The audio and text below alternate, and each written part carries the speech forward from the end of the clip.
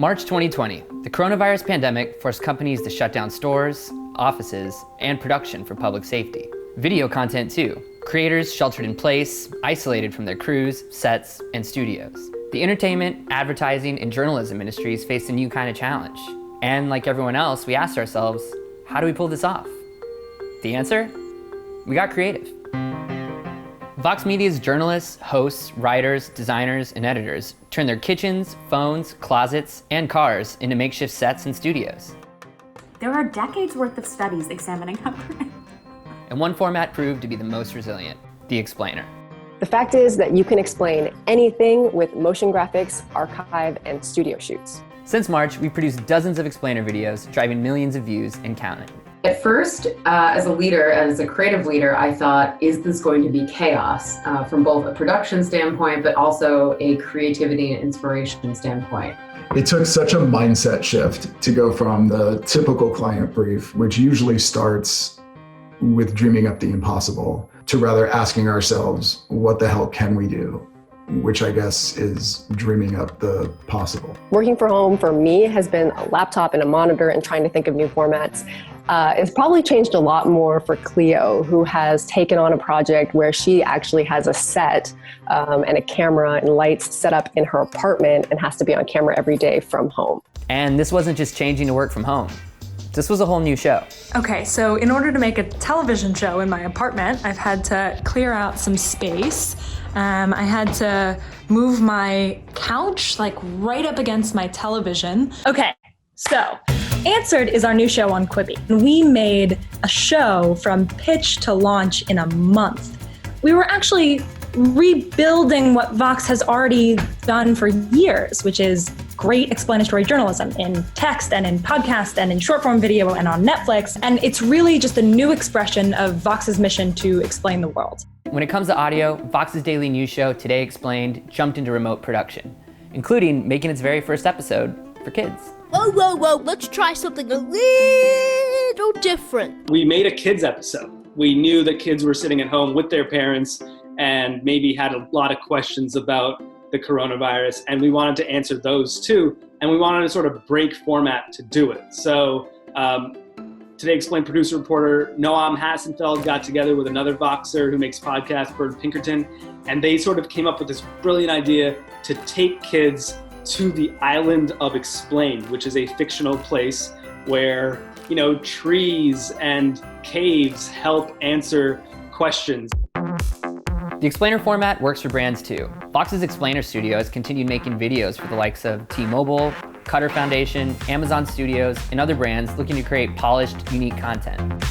It turns out explainers were made to be made remotely, built for distance. Virtual production since, well, before virtual production was a thing. But why do they work so well? An explanation is when you spend more time focusing on the why and the how than on the who, what, where, when. Our process has probably had to change less than a lot of other video teams. And that's because we, from the start, emphasized written narration over interviews, and we emphasized motion graphics and archive over field shooting. So that set us up pretty well to respond to this pandemic. So you're saying pretty smooth? Oops, I'm so sorry, my mom is calling me. My dog just jumped into the frame. Area. Hey Z, this is an example of working from home. Remote production. One-man band. I'll do that one more time without the barking dog. I'm doing an interview right now. She called back because I hung up. She's like, why would this happen? Vox took on one of our biggest challenges yet, when we partnered with Netflix on a 30-minute explainer about the coronavirus itself. The show was produced remotely in under 3 weeks and was the #2 most watched Netflix show in the US when it premiered. Meanwhile, over at Today Explained, I was on vacation when I got the news that our show would be going from a professional podcast made in a office in DuPont Circle in Washington, D.C. to a professional podcast made from closets and bedrooms and kitchens. digital audio is growing at Vox, like 100% year-over-year growth. Sounds impressive. Speaking of impressive, this is Ken. Let's cut to some brands. So back in 2017, Vox founded the Explainer Studio to provide consumers with a truer understanding of why brands do what they do and why it matters. Marketers can now apply all the tools and techniques that Vox had perfected to explain the trends, technologies, and forces that make their brands so fascinating. But earlier this year, when you know what happened, many brands scrambled to keep their production on track.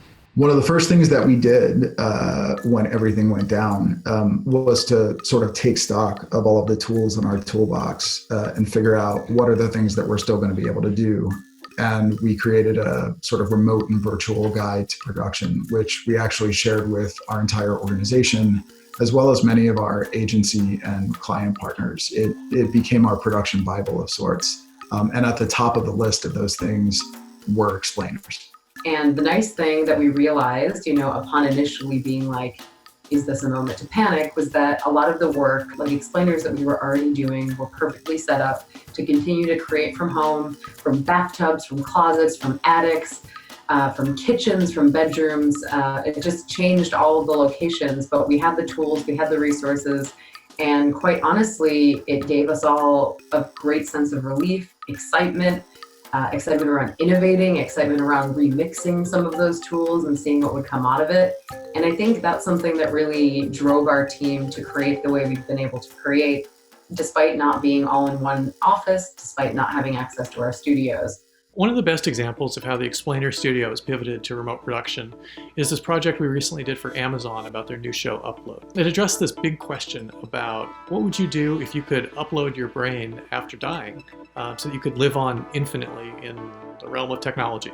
So we wanted to talk not just about the show, but the ideas behind it.